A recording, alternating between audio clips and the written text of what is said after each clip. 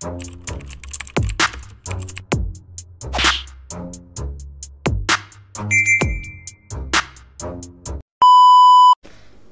what's up mga kumagain, baka yung online judge, walang iba kundi Judge Janan. Okay guys, ito another 2 versus 1 battle.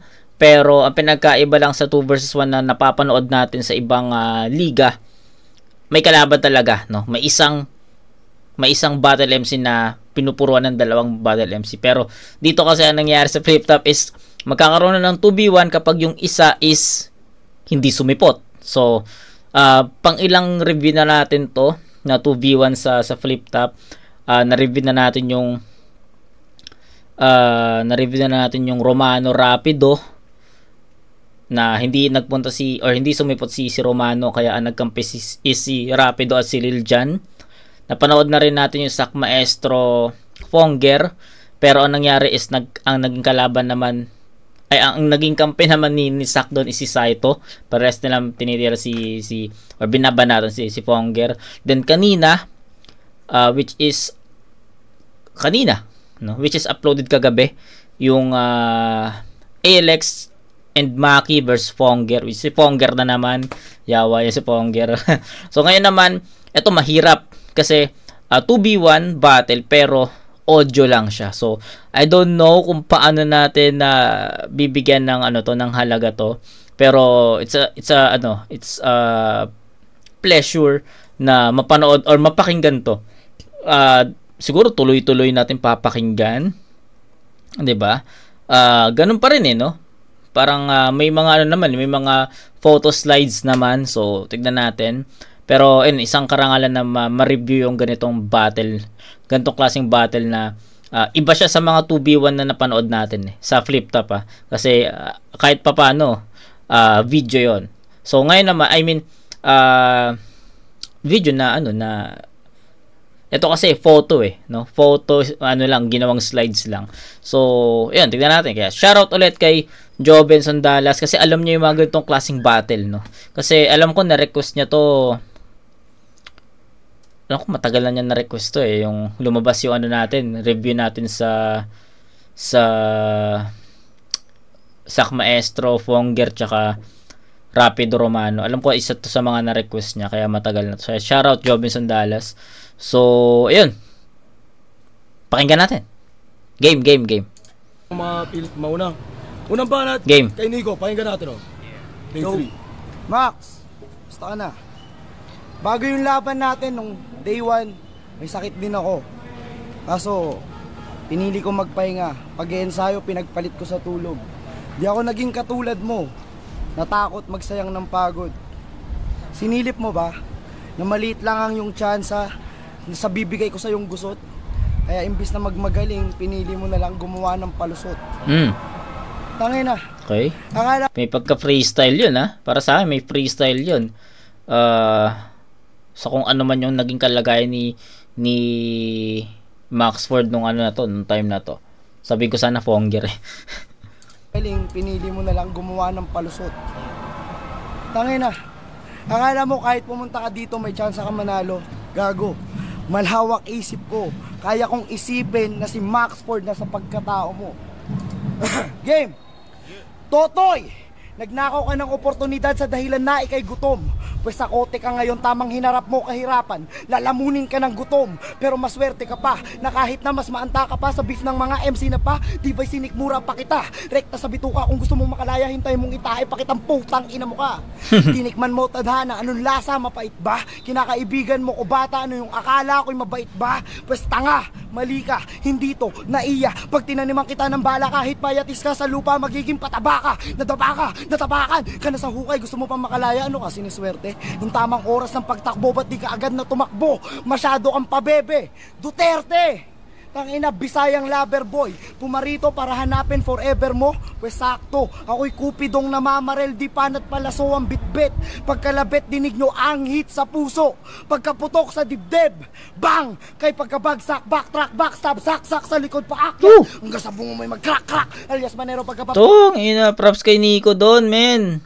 Galing. Ayos, gusto ko yon. May wordplay siya dun sa ang hit, putok. Tapos yung multis na yon, lupit nun. Galing, galing. Pakpabaktra akto, ako'y kupidong namamarel, di panat palaso ang bitbit. Pagkalabit dinig nyo ang hit sa puso, pagkaputok sa dibdib, bang! Kay pagkabagsak, backtrack, backstab, saksak sa likod paakyat, hanggang sa bungo mo'y mag-crack-crack, alias manero pagkababak-babak sa utak, tak-tak, at dyan mo to sausaw suka na sa swakpak. At last sa leeg hanggang sa ito'y mawak-wak, pugot ulo sa ring idakdak, pagkalapag ipagpag hanggang sa matagtag baka, sakaling matauwa itong bistak na mag-back out bago pa siya ibody pagkatisilid sa backpack. Kasi yung gusto kong laban, yung ako'y mahirapan makipagpudpuran ng dunong. Di naman ako nangangailangan ng saklolo. Bakit nyo pa ako pinadalan ng katulong? Kaya anong tinatayo mo dyan, pre? Bakit binigyan nyo pa ako ng katulong? So parang tinitira niya dito si Tyke. Parang kasi hindi ko naman alam, sa ano lang, based lang sa delivery niya. Bakit binigyan nyo pa akong katulong? Parang tinitira niya si Tyke dito na bakit kailangan pa ng isa pang MC para tirahin tong Max Ford na to, kaya ko naman, parang ganon. Hirapan makipagpudpuran ng dunong. Di naman ako nangangailangan ng saklolo. Bakit nyo pa ako pinadalan ng katulong? Kaya anong tinatayo-tayo mo dyan, pre? Pagtimpla mo ako ng kape, higop sabay durasa yung muka, pwe, parang bossing at use. At pag boring ang gabi, magdilig ka sa gubat hanggang sa manuno ka, pre. At pag nanuno ka, pre, putulan ng dila nang wala nang masabi. Bawal magreklamo kung ayaw masisante. Sasahurin mo sarili mong buto. Pag nagtangka kang bumali, oo, makakauwi ka sa inyo, pero bangkay kang babiyahe. Ano? Ramdam nyo na ba na pagkatapos ng mamasukan dito't mga tulong, siya ilalabas na nangangailangan ng mga tulong? Kaya sige, magtawag ka na ng rest back. Pagsasabayin ko si Zack at Zero, ako'y super villain sa flip top. Kaya X lang dito, tong extra ang hero. Ay. Props kay Nico. Napakinggan ko yung mga verses niya. And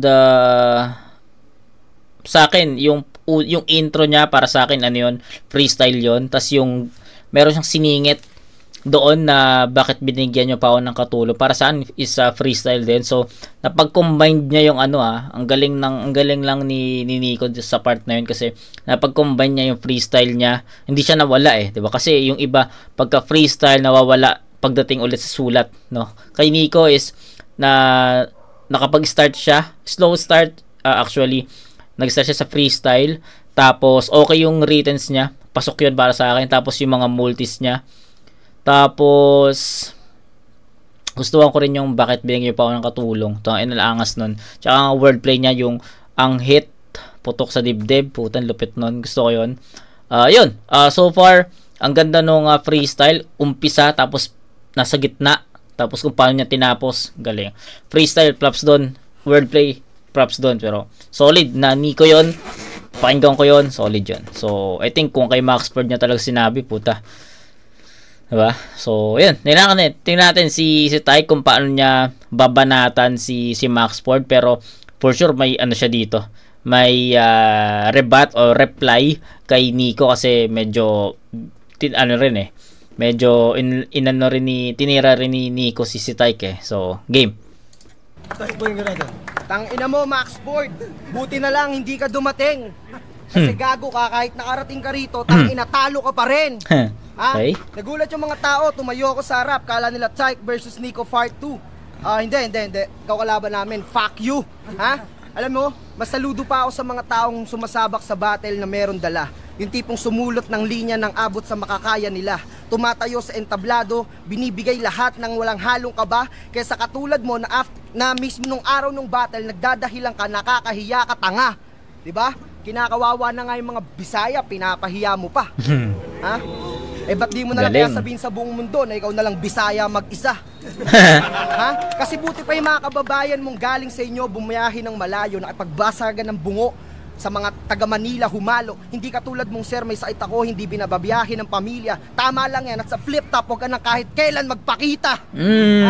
Kasi wala kang bayag. Mas lalaki pa sa yung mga bading. Para kang Para kang hindi magaling. Tapos sasabihin mo, mukhang tanga, galit ka sa akin kasi tinitira kita. Pag-usapan natin, balik ka sa flip top, tara. Sir, ikaw na bahala sa kanya. Yo! Eto para sa inyo, para matuloy lang, at si Nico syempre nakabattle ko siya. Pero walang personalan, yung sa battle, sa stage lang kami magkakalaban dalawa. Magkakalaban, ang dami namin, pero kami dalawa. Kaya dumami kasi maraming nanonood, wag kayong tanga. At kung ano na lang sinasabi, syempre ito hindi ko sinulat at bigla na lang lumalabas. Kumbaga may basang damit na pag piniga may kumakatas. Hindi naman ako humarap dito para mag-angas. Kaya lang ako pumayag na mag-freestyle sa rap para maging kumpleto Ricardo ang palabas. Kumbaga ako'y MC na tunay, hindi yung basta nag-rap lang kahapon. Galing. Kaya kong mag-rap, maipagbasagan ng bungo, walang yaan ng pagkatao kahit na wala akong dalang baon. Ganito yung tunay na sundalo, hindi yung teka-teka sa kwarto, hindi yung hawak ng lapis at papel at magpapaalam pa sa amo. Ako may bayag kahit galing. Kahit saan mo ko hamunin, sa street o kahit saan daan, kahit sa entablado, mapasosyal, mapawalang yaan, ako'y brutal. Anak mahirap lang naman. Time! Putang ina, props kay Tyke. Akala ko babanat siya ng kay Nico kasi 'di ba sabi ko may banat si Nico kay Tyke, so for sure baka may rebat, pero pinutol na agad ni Tyke yun. Hindi na niya parang okay sige try mo ako focus ako kay Max Ford. So nagustuhan ko yung mga banat ni Max Ford kay nababanggit ko yung Fonger. So pag nabanggit ko yung Fonger guys, ibig sabihin nun Max Ford. So wala sa sobrang dami na sa dalawang battle kasi ni Fonger na na-review natin na wala siya. Parang yun yung tumatak sa akin na kapag walang battle MC na pumunta na Fonger yun. So yun tumatak na rin sa akin yan. So yun, if ever nabanggit ko Fonger, kayo na bahala mag-edit sa sistema nyo na Max Ford yung ibig sabihin. Okay? So, game. Mas nagustuhan ko yung, although freestyle yun yung baon ni Tyke, pero para sa akin, mas direkta no? Mas direkta, mas naka-set up, mas naiintindihan yung pinaka-punto, yung pinaka-message, yung pinaka-punchline. Ayun. So, kay Nico, props. Sabi ko nga sa inyo na slow start kasi nag-freestyle siya doon. Pero, kung titignan natin yung freestyle mismo, freestyle ability, no? Yun na lang.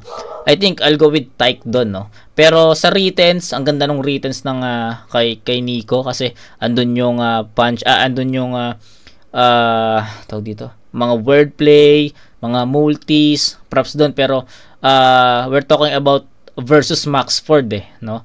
So, I think maganda yung sulat ni Nico, maganda yung pag-complement, maganda, no? Nagko-complement yung yung freestyle dun sa niya, sa sulat niya, na pag-complement, na paghalo niya.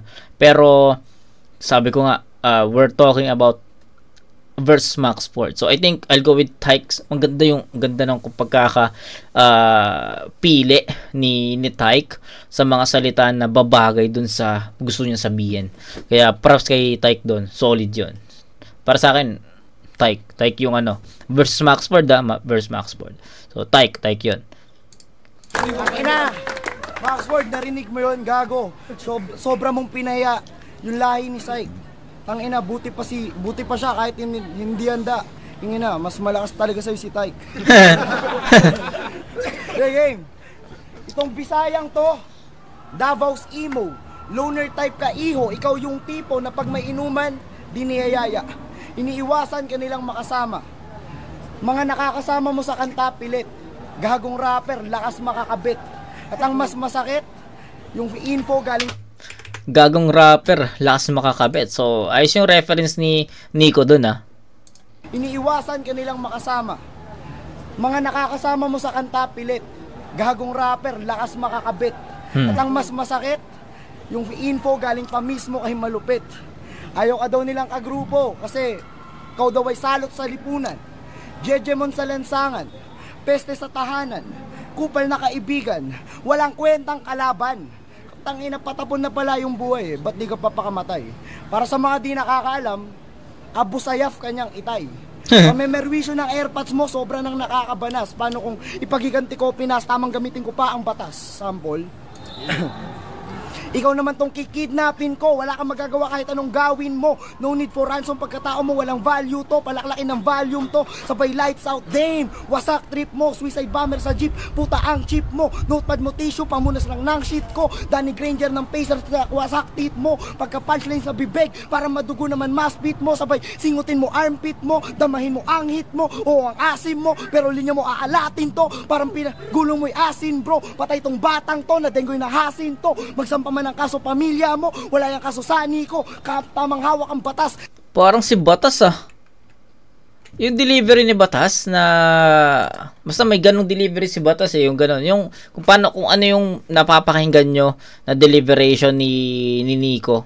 Ganon yung may ganong deliberation si Batas Parang si Batas yung I think si Batas yung naririnig ko sa part na yun Kato, aalatin, singutin mo armpit mo, damahin mo ang hit mo, o ang asim mo, pero linya mo aalatin to, parang pinagulong mo'y asin bro, patay tong batang to, na denggoy na hasin to, magsampa man ang kaso pamilya mo, wala yung kaso sa Nico, tamang hawak ang batas, kapit sa presinto, police brutality at infernal fatality naman sa impyerno, talagang todong brutalan hanggang sa di na makapagmagaling to, kambal-kambal pananampal ng palad ni Baal o papalarin to, sa soundproof na kwarto, walang makakarinig ng panalangin mo, Batas wannabe ba? Tarantado.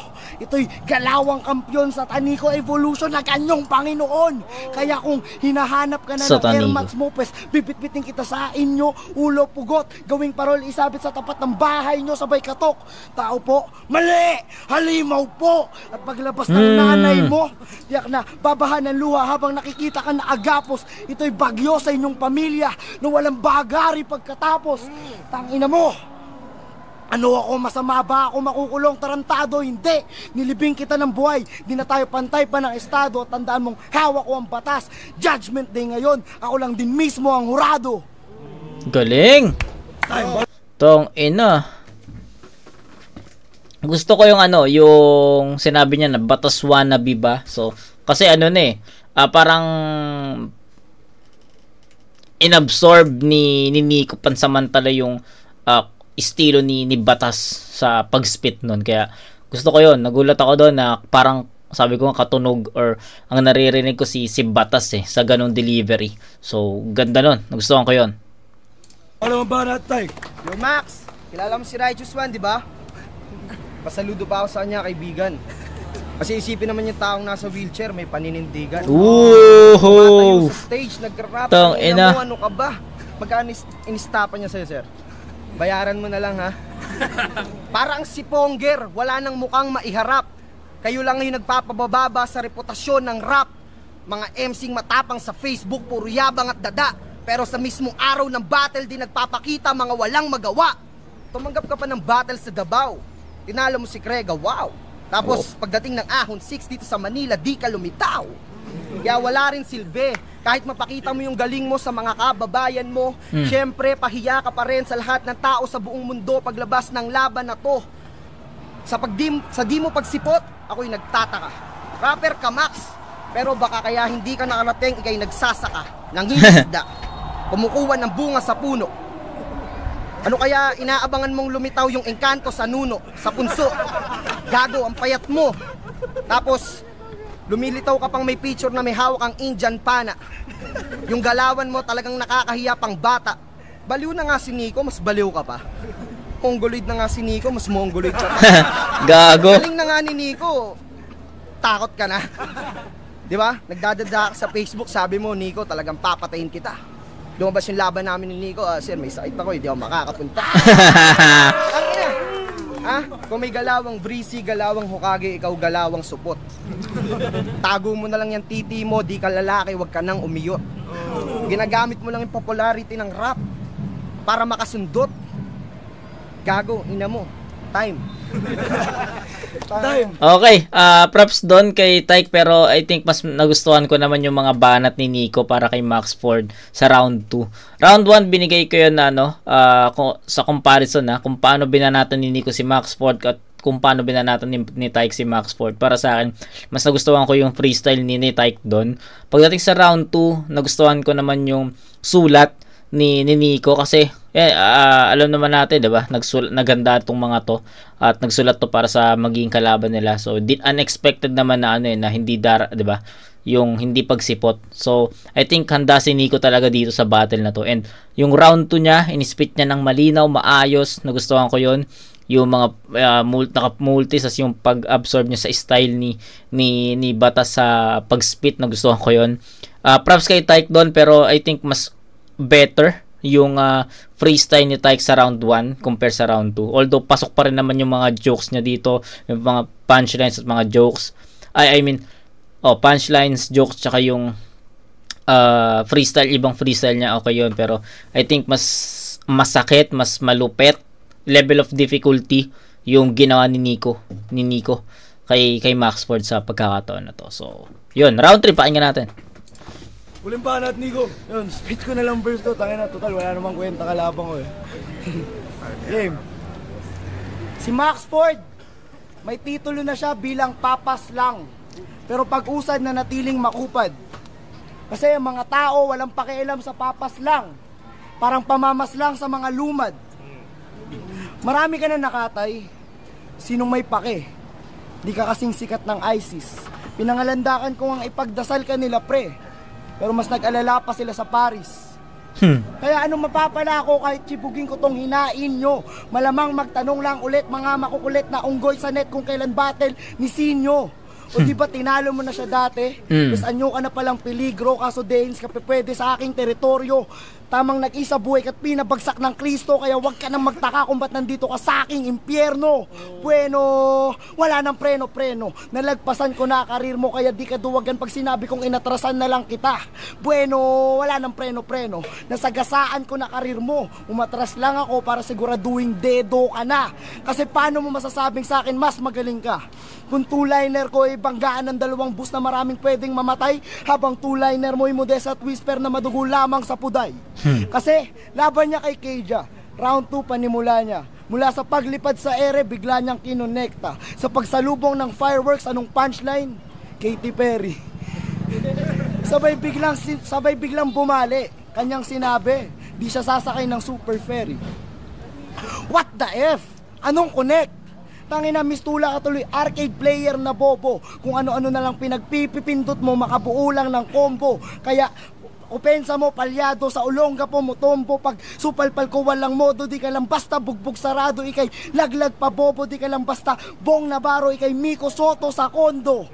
Multi-player ang controller si Sak Maestro. Beach MC na sa linya, pensyonado Dennis Cornejo ni Hansel Cabo. Tangina, kaya sabi niya, okay na daw manghingi kaysa magnakaw ng linya. Tarantado ang tunay na battle MC/artist, di gumagamit ng ibang tinta. Okay. Central Luzon, kami yung tipong kahit magkaubusan tuloy sa pag-aksyon. Tamang naging dahilan ng mistulang Golden State na aming division. Dating di pinapansin, pinapalakpakan na ngayon. Kaya mag-ingat ka sa yung mga linyang sasambitin, dahil pagkatapos mo sigurong maramdaman ang paggaling ay mag-aklas ka na rin at bigla mong sabing Central Luzon ka na rin. Ano? Wasak itong victim nilamon ng sistema. Ako'y tsunami sa ahon, isa ka sa mga bangkay na sa kalsada hihilera, dahil sa pagtangka mong sumagupa sa aking pananalasa, patay ka na lang nilang makikilala. At may napuna lang ako mula ahon 3. Nung ako, si Billy at si Tipsy tinalo, si G-Spot single shot at si Jean. Ikaw lang nakalusot noon, mga panahon na si Sinyo nagda-diet pa. Ahon 4, Tukel Sinyo, Billy Kamandag, pinataob si Jojo JT, Batang X at si Snub. Ahon 5, nang iniwang wasak ni Romano at Sinyo, si Maki at Sak. Tangina Enigma, di ba to nagkakataon na sa tuwing aahon mga taga Central Luzon, Bisaya ang nababaon? Time, huling banat. Okay. Yung huling reference medyo hindi ako familiar kasi yung ibang mga battles doon na-review ko na, yung ibang mga battles naman hindi. Tsaka hindi ko siya masyadong ma-appreciate yung bandang dulo na line kasi yung imagery nga is hindi ganun siya nabubuo sa akin. 'Di ba? Siguro kailangan ko ng kailangan ng actions doon or mga gestures na kailangan ko makita kay Nico para siguro para ma-absorb ko or para ma-absorb ko yung mga reference niya. Pero yung iba doon is hindi ako familiar sa mga battles na binanggit niya. Yan. So yun lang. Inispit na lang ni Nico yung ano niya dito. Yung round 3 niya para kay Maxford. So, pakinggan natin si Type. Pakinggan natin. Maxford, isa lang ulit. Uulit-ulitin ko lang na bayot ka, bro. Dahil sa di mo pagsipot si Nico, inabot ng 3 araw, kawawa naman, no? Alam mo, Walang kain, walang tulog, walang pamasahe, pauwi. Wala kasing TF eh. Kasalanan mo to, pre. Gago. Ha? Tingnan mo si Blackleaf, oh. Andiyan si Blackleaf, walang laban pero nandito, talo ka pa. Yung walang laban nandito, ikaw na may laban, di ka nakakarating, tangina ka. Yo, pero sa totoo lang bro, isa lang masabi ko sa'yo na mas re-respeto pa ako sa bading na nagbabanat ng buto para sa pamilya. Yung tipong araw-araw nagtatrabaho kahit inaalipusta basta lang kumita. Sila yung mga lalaki na nagsisika para makatulong sa nanay at tatay. Kaya sa atulad mo na ngayon na support, nagpapaka-baby, inaalagaan ng pamilya sa bahay. Yun yung masasabi ko kasi pag tumanggap ka ng battle, responsibilidad mong humarap. Maganda o mapait man mangyari sa buhay mo, ang pagkatalo o panalo at kailangan matanggap. Hindi yung hindi ka nakapagsulat sa kapabayaan mo tapos magdadahilan ka. Asan yung ano, hindi. Pakita mo yung reseta kay Enigma. Talagang may sakit ka. Ha? Punta ka ospital, pa-check up ka, pa-picture ka. Ito sir, totoo talaga, hindi ako nagdadahilan. Ha? Nakakaya kayo eh. Flip top, dami naghahangat. Ahon 6, daming gustong lumaban. Mga naikiusap pa, kanya-kanyang pasipsipan. Palakasan. Yung iba, araw-araw nasa event. Kahit launching lang ng mixtape, di ba? Tapos ikaw nga lang na nagbibisaya kung ina mo, nagkalabang ka pa. Kaya buti na lang, daming pasok, daming bagong sasabak sa liga. Tama lang na last battle mo na yung sa Davao at di ka natuluyang magpakita. Diyan ka na lang sa Davao magpaka-rapper. Ano kaya magpaka-terorista? Sabi kasi ni Nico, ISIS ka, baka ISISin kita. Alam mo ISIS? Ayun yung bukol, yung masakit, ISIS. Yo, ano, sasabihin mo na nag-freestyle ako, mukhang tanga. Ayos lang yun, at least ako may titing humaharap sa kanila. Kahit na walang baon, walang handa, o diba, mas maganda. Kasi mas magmumukhang tanga kung si Nico, papabayaan niya Enigmang mag-rap mag-isa. May issue nang ang baliw siya eh, papatunayan niya pa. Ha? Dahil sa kaibigan, pumayag ako na tutukan ng kamerang yan. At syempre, ikaw, diyan ka na lang. Time. Galing. Tangina, mahirap eh. Para sa akin, ang hirap i-judge nung battle kasi parehas silang may off round, no? Yung round 2 ni Tyke medyo para sa akin hindi ganun ka effective versus Max Ford. Yung round 1 ni Nico hindi ganun ka effective against Max Ford. Pero yung round 3 nila both parehas effective. Pero ang pinagkaiba, freestyle yung kay Tyke, which is effective yung mga words na pumapasok sa isip niya na ginagawa niyang bala for Max Ford. Kay Nico naman, effective yun kasi nasulat na niya yun before pa. So, ang hirap, no? Kung papaboran ko ba yung freestyle sa pagkakataon na to or papaboran ko yung sulat, 'di ba? Pero nonetheless, wala naman siyang gusto ko lang sa inyo bigay sa inyo yung thoughts ko sa battle na to na 2v1 na binugbog talaga si Max Ford. Nakagagaling lang, sabi ko, nakagagaling lang din natin sa 2v1 na battle yung ALX Maki versus Fonger na para sa akin ang galing parang nag-stand out yung performance ni ALX dun eh. So dito naman sa battle na to ni Nico plus Tyke versus Max Ford, inahanap ko rin kung sino yung mag-stand out na battle MC na para sa akin sino yung mas dumurog kay Max Ford. So ayun nga, round 1 para sa akin ang ganda ng freestyle ni Tyke doon. Round 2 nagustuhan ko yung mga sulat ni Nico. And para sa akin naman yung round 3 parehas malakas, pero siguro I'll go with Nico na lang sa sa pagkakataon na yun kasi una sa lahat effective yung naka-multis, effective. Then kay Tyke on the spot, ibang kategory yung ibibigay ko kay Tyke, yung pagkakaroon ng magagandang salita na na-construct on the spot. Yung kay Nico naman, ang ganda ng mga reference multis niya. So, yun, sabi ko, nonetheless, wala siya, regardless siya, no? Kung sino man piliin ko, kung Nico ba or Tyke, parehas naman silang panalo doon para sa akin. So, yun lang. Hindi ko masyadong i-close yung judgment ko dito kasi para sa akin, kung pagbabasehan ko, kung halimbawa, Nico versus Max Ford, or Tyke versus Max Ford, parehas siyang tinalo, no, ng dalawang MC na to. Kaya props doon. Kaya shoutout Joven Sandala. So ayun lang, I think Wait lang, tapusin natin video. Boto ko si Tyke.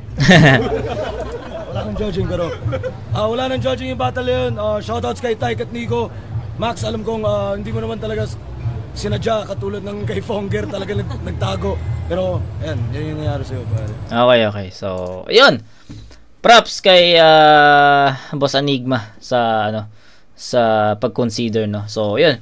Shoutout Joven Sandalas. Kita-kits tayo sa next na review video, mga kumag. Peace out.